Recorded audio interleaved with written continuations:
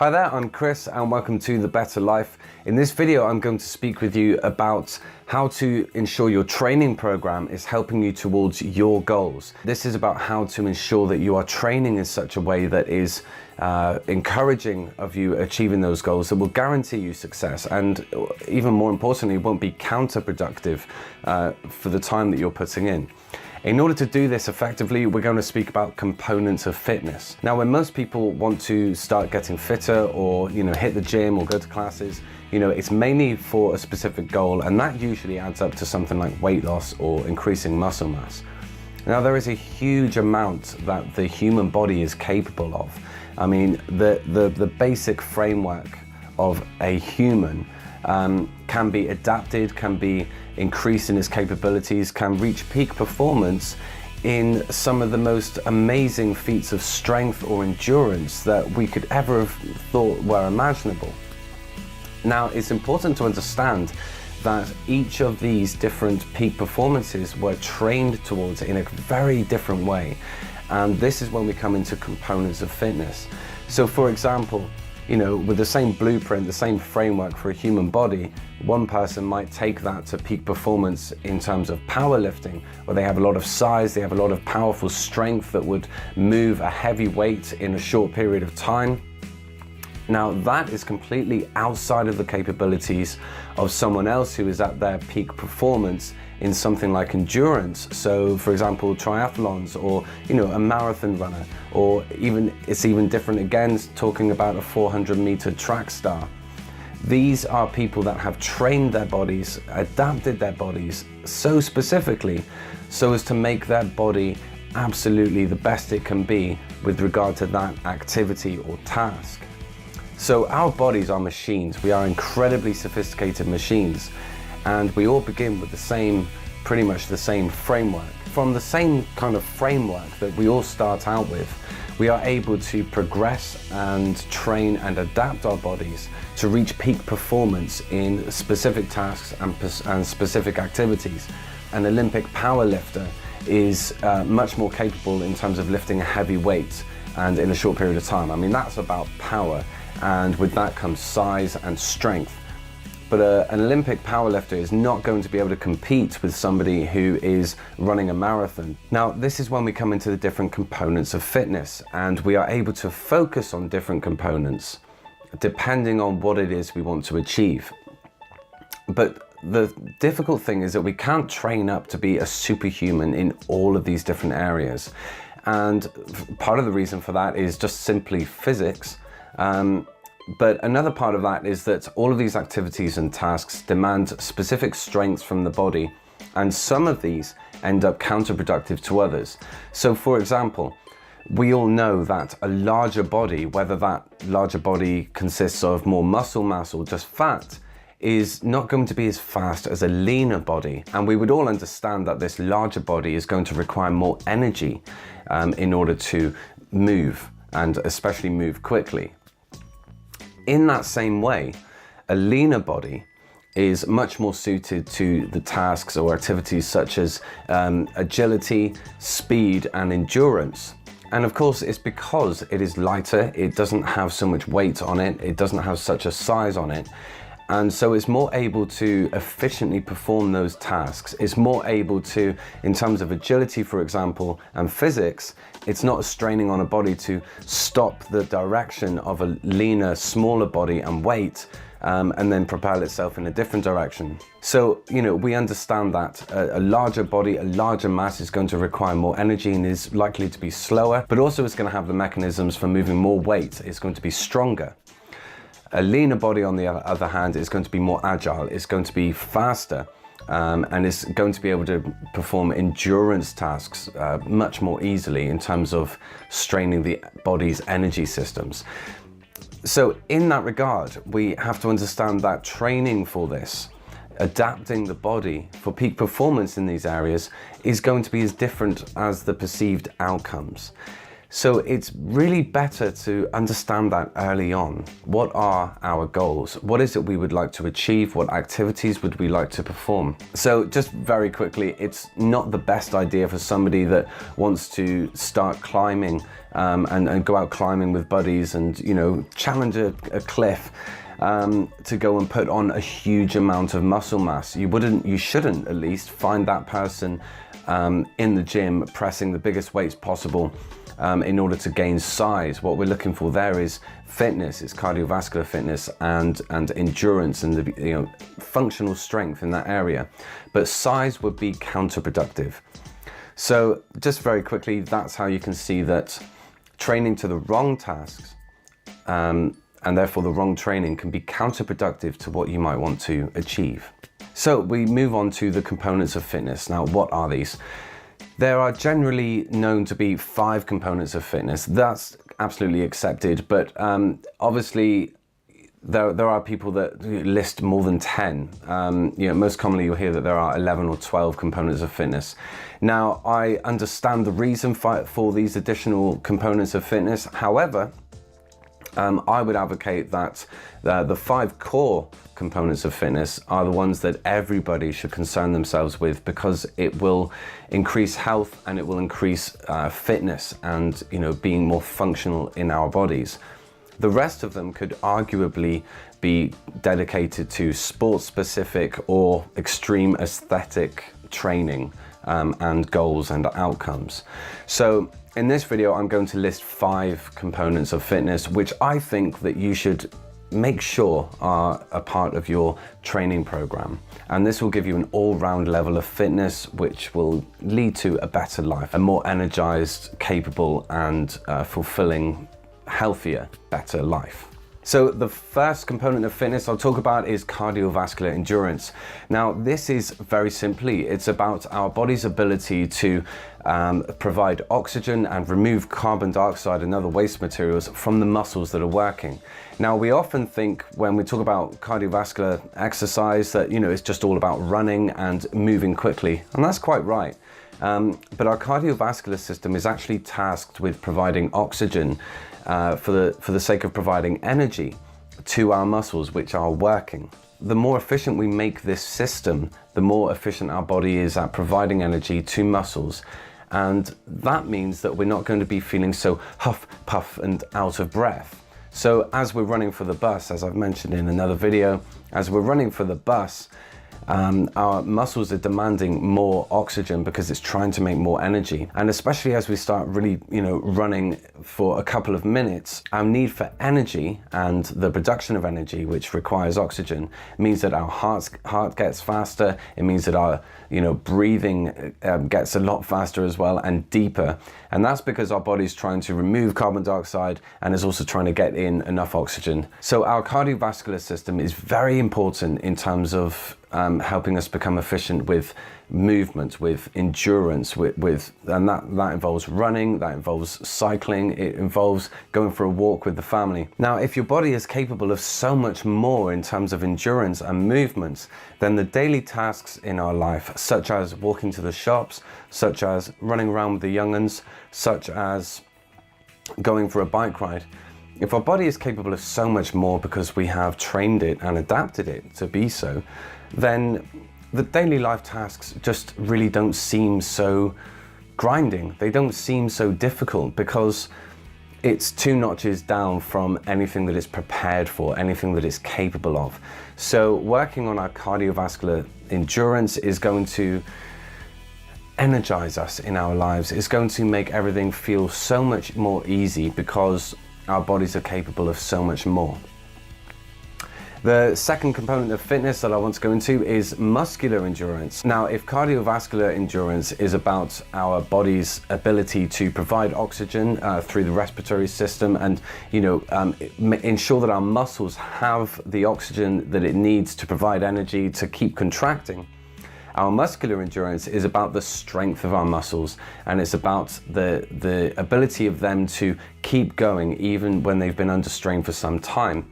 Now, this of course comes into something like cycling. Let's take cycling. Our muscles, our legs are very much used in the motion of cycling. We need to have continued muscular strength as we keep pushing those pedals around. Now, our muscles need to be used to that kind of work over a prolonged period of time. They need to be strong enough, they need to be used to those reps, and they need to have essentially been broken down and built up stronger enough times that a ride around a field or a country park is not going to be too strenuous. At the same time, it's good to be getting the cardiovascular endurance up to par with your muscular endurance as well. And that all adds up to being more active in our life and not feeling so drained after having done that. So muscular endurance really goes hand in hand with cardiovascular endurance in terms of day-to-day, everyday, energetic living. The third component of fitness that I want to talk about is muscular strength. Now, this again, we're using the word muscular, and it's completely different. The muscle fibers that we use for strength and for very quick and powerful movements are actually different muscle fibers than for endurance. So we need to separately strengthen these muscle fibers, push them beyond their comfortable limits in order to progress them and force them to adapt so that we can lift more in a shorter period of time. And now, it's one thing for our muscles to be strong enough to endure walking home with the shopping. Now, that uses a completely different energy system and different muscle fibers in the arms. But muscle strength in terms of power is about getting home and lifting those shopping bags up onto the worktop. It's a completely different energy system. We're essentially using a different muscle fiber within our muscles. So yanking up some heavy shopping bags onto the worktop is a different physiological event than carrying the shopping home through the streets. So it's very important to also train our muscular strength so that in those short, more powerful needs for muscle contraction, we're able to perform those lifts with a heavier load and in a shorter and more powerful length of time. So training our muscular strength is very different to muscular endurance training, but it leads to an all-round functionality within life. If we get the shopping home but we can't lift it onto the side, then we've done something wrong. So it's good to get an all-round fitness and strength capability. And this is actually about training two different components, even if we're talking about the same kind of body part. The fourth component of fitness I'd like to speak about is flexibility. Now, everybody neglects flexibility. The other day I was helping somebody in the gym and he was very reluctant to perform mobility movements before the main workout or to perform stretches after the workout. Now, that is going to be directly responsible for him feeling achy and painy and stiff and sore following his time in the gym. Now, flexibility is so important in our lives. We are always moving, and it's about the range of motion in our joints. Now, most people will be able to relate to aches and pains and stiffness, especially in the legs or the lower back. Now, training yourself in the component of flexibility is about putting your body through that range of motion, increasing that range of motion, making sure that your muscles are able to stretch out sufficiently and be safe when you are performing movements in life. It's worthwhile spending some time tending to this in your fitness program because it's going to reduce the likelihood of discomfort and aches and pains or injury when you're performing any other activities in life. Stay flexible, work on your flexibility. It's incredibly important and unfortunately incredibly neglected. The fifth component of fitness that I want to talk about is body composition.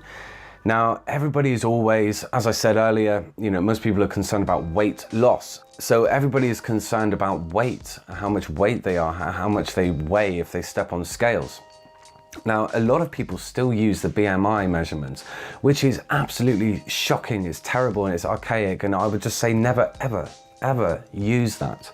And the reason is because it doesn't matter how heavy you are, it matters about your body composition. For example, the body composition is about how much fat you have on your body compared to lean muscle mass, okay? So instead of just getting one scale and saying, okay, you weigh this, it's saying your body fat, from your weight, your body fat is this much and your lean muscle mass is that. And this paints a completely different picture than just one measurement of how much somebody weighs.